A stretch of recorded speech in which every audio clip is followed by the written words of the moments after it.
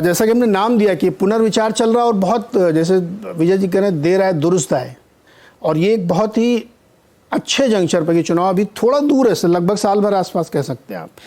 BJP अपने आप को रीस्ट्रक्चर करने के लिए तैयार दिख रही, क्योंकि जो मीटिंगों का दौर दिल्ली में चल रहा है दनादन, पता नहीं बहुत सारे हो सकता है लोग बदले जाएं अभी।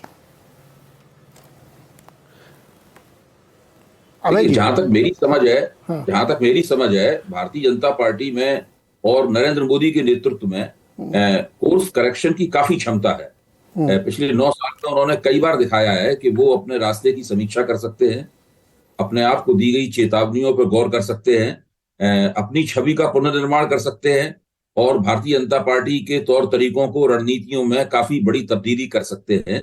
ऐसा मुझे लगता है कि ऐसा उन्होंने करके दिखाया है। अब इसमें कभी कभी जड़ता भी आती है, लंबे अरसे तक सत्ता आपके पास बनी रहती है तो आपके रवैये में भी जड़ता आ जाती है और दृष्टि भी आपकी जो है पहले इतनी लचीली नहीं रह जाती। देखिए, इस जो ऑर्गेनाइजर का संपादकीय है इसकी आजकल बहुत चर्चा हो रही है, और जब चर्चा बहुत हुई तो मैंने सोचा मैं भी इसे पढ़ लूं, तो मैंने इसे पढ़ लिया है संपादकीय को। लेकिन मुझे लगता है कि इससे भी ज्यादा गंभीर चेतावनी जो दत्तात्रेय होसबोले ने पिछले दिनों जो बयान दिया था उसमें निहित थी।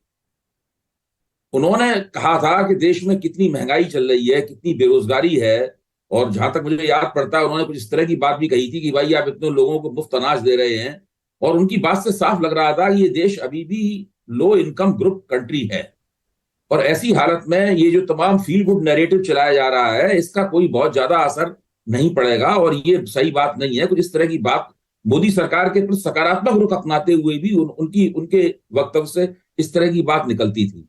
तो उस वक्त उनकी बात पर किसी ने गौर नहीं किया।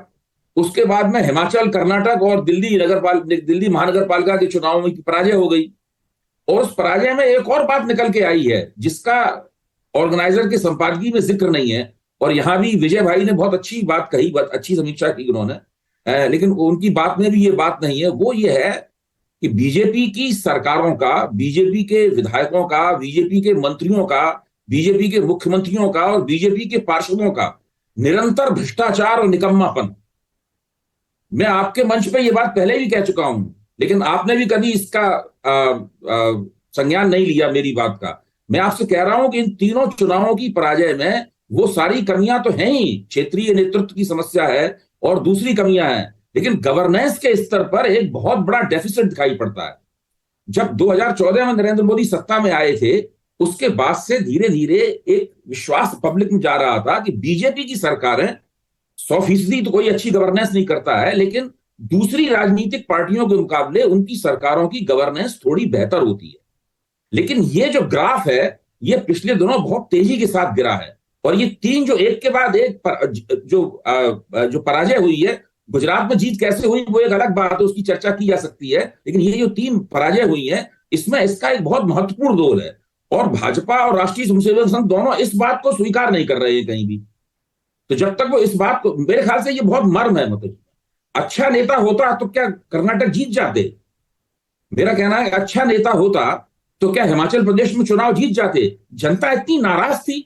आप भी कह सकते हैं अच्छा नेता होता जनता को नाराजी ना होने देता, ये बात मैं मान सकता हूं, लेकिन अगर अच्छा नेता भी खराब सरकार चलाएगा और लगातार भ्रष्टाचारी सरकार चलाएगा तो जनता उसको अंततः हरा देगी। आप कितनी भी अच्छी रणनीति बना लें, कुछ भी कर लें, तो इस बात के ऊपर निगाह भी अगर डाली जाए, और फिर जो ऑर्गेनाइजर के संपादकीय में चेतावनी दी गई है, दत्तात्रेय होसबोले ने चेतावनी दी है, और फिर भाजपा अगर कोर्स करेक्शन करेगी तो उसको भाजपा को उससे लाभ होगा।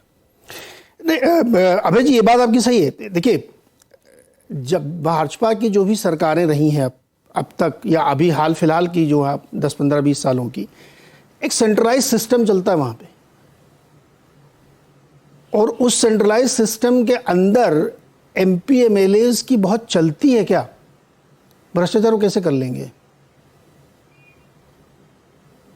भ्रष्टाचार कैसे कर लेंगे? हाँ। देखिए, जो सेंट्रलाइज सिस्टम होता है उसमें केवल एक ही चीज की गुंजाइश होती है, भ्रष्टाचार करने की।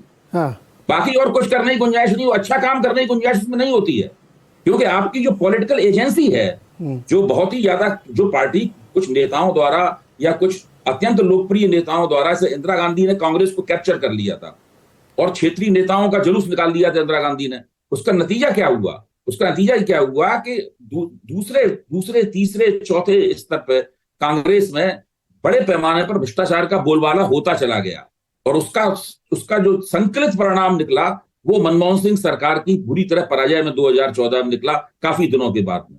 तो मैं कहना ये चाहता हूं कि जब पार्टी कैप्चर कर ली जाती है और सेंट्रलाइज सिस्टम ही चलता है, तो नेताओं के पास भ्रष्टाचार करने के अलावा कुछ बचता ही नहीं है, क्योंकि अच्छा काम न करने की उनसे उम्मीद की जाती है, न करने की उनके पास क्षमता होती है, न गुंजाइश होती है। इसलिए वो जो करते हैं, पैसा कमाते हैं अगले चुनाव के लिए, और अपनी निजी जिंदगी की मौज मजे करने के लिए पैसा कमाते हैं, और वही सब जगह हुआ है। विजय जी, आपकी इस पर टिप्पणी चाहिए। कि अभय जी जो बात कह रहे हैं वो गंभीर मसला है, और भारतीय जनता पार्टी जिसे हम चाल चरित्र और चेहरे की पार्टी कहते थे, उसमें ये बड़ी समस्या आई है। खासतौर से कर्नाटक को आपने देखा कि कर्नाटक के चुनाव में ये हुआ कि एक भ्रष्ट सरकार के तौर पर ही वो पूरा का पूरा चुनाव लड़ा गया।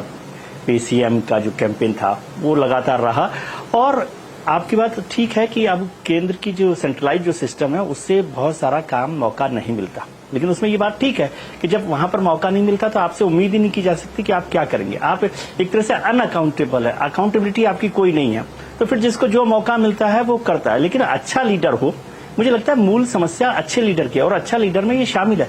आपने हिमाचल का जिक्र किया, हिमाचल में तो कितनी कम मार्जिन से वो हार हुई है। यदि उस समय शायद अच्छा लीडर होता तो वो सरकार वो जीत सकते थे। कर्नाटक का बिल्कुल अलग हिसाब है कि वहां पर जो है करप्शन एक बड़ा इशू बना जिस पर कोई काम नहीं हुआ, और फिर येदियुरप्पा को भी जिस तरह से लाया गया और फिर वापस हटाया गया। जो चुनाव में मैं चल रहा था, मैं कर्नाटक था, तो वहां पर ये बात चल रही थी। मैंने एक भारतीय जनता पार्टी के नेता से पूछा कि आपके साथ लिंगायत कितने हैं, कैसे जुड़े हुए हैं, तो उनका जैसे येदियुरप्पा साहब जुड़े हुए बीजेपी से, वैसे ही लिंगायत जुड़े हुए हैं।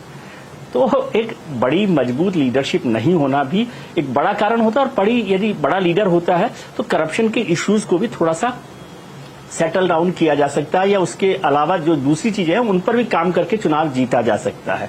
लेकिन अभी जो मुझे लग रहा है कि ये बड़ा इशू, जैसे कांग्रेस का जिक्र भी किया अभय जी ने, अभय जी विद्वान लोगों में से, इंदिरा गांधी के वक्त हुआ, और मैं समझता हूं जो कांग्रेस अभी तक सर्वाइव की वो राजीव गांधी ने जो सेकेंड रंग की लीडरशिप तैयार की थी, वो लीडरशिप थी जिसने कांग्रेस को मजबूत रखा। सोनिया गांधी जी के आने के बाद से सेकंड लीडरशिप जो है इंदिरा गांधी के बाद, वहां पर भी इग्नोर की गई, और आज कांग्रेस के पास लीडरशिप का अभाव है पूरी तरह से राज्यों में।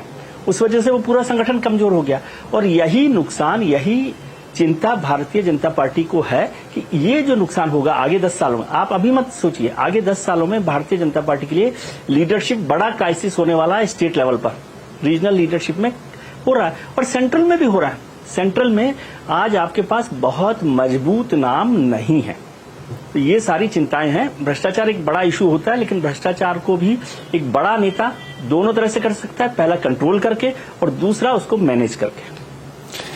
Correct, interesting. अच्छा, मैं कर्नाटक में नहीं जाना चाहता, क्योंकि मेरी समझ के थी कर्नाटक में भ्रष्टाचार चस्पा होने की वजह से नहीं हारे वो वोट पोलराइजेशन की वजह से हारे, क्योंकि वोट परसेंटेज आपका इंटैक्ट है और जेडीएस की वोट चोरी करके आप जीत रहे हैं, तो वो उसका एनालिसिस मेरे ख्याल में थोड़ा डिफरेंट हो जाए। लेकिन मैं उधर जाने चाहते, वरना फिर कर्नाटक में ही पूरा शो हो जाएगा।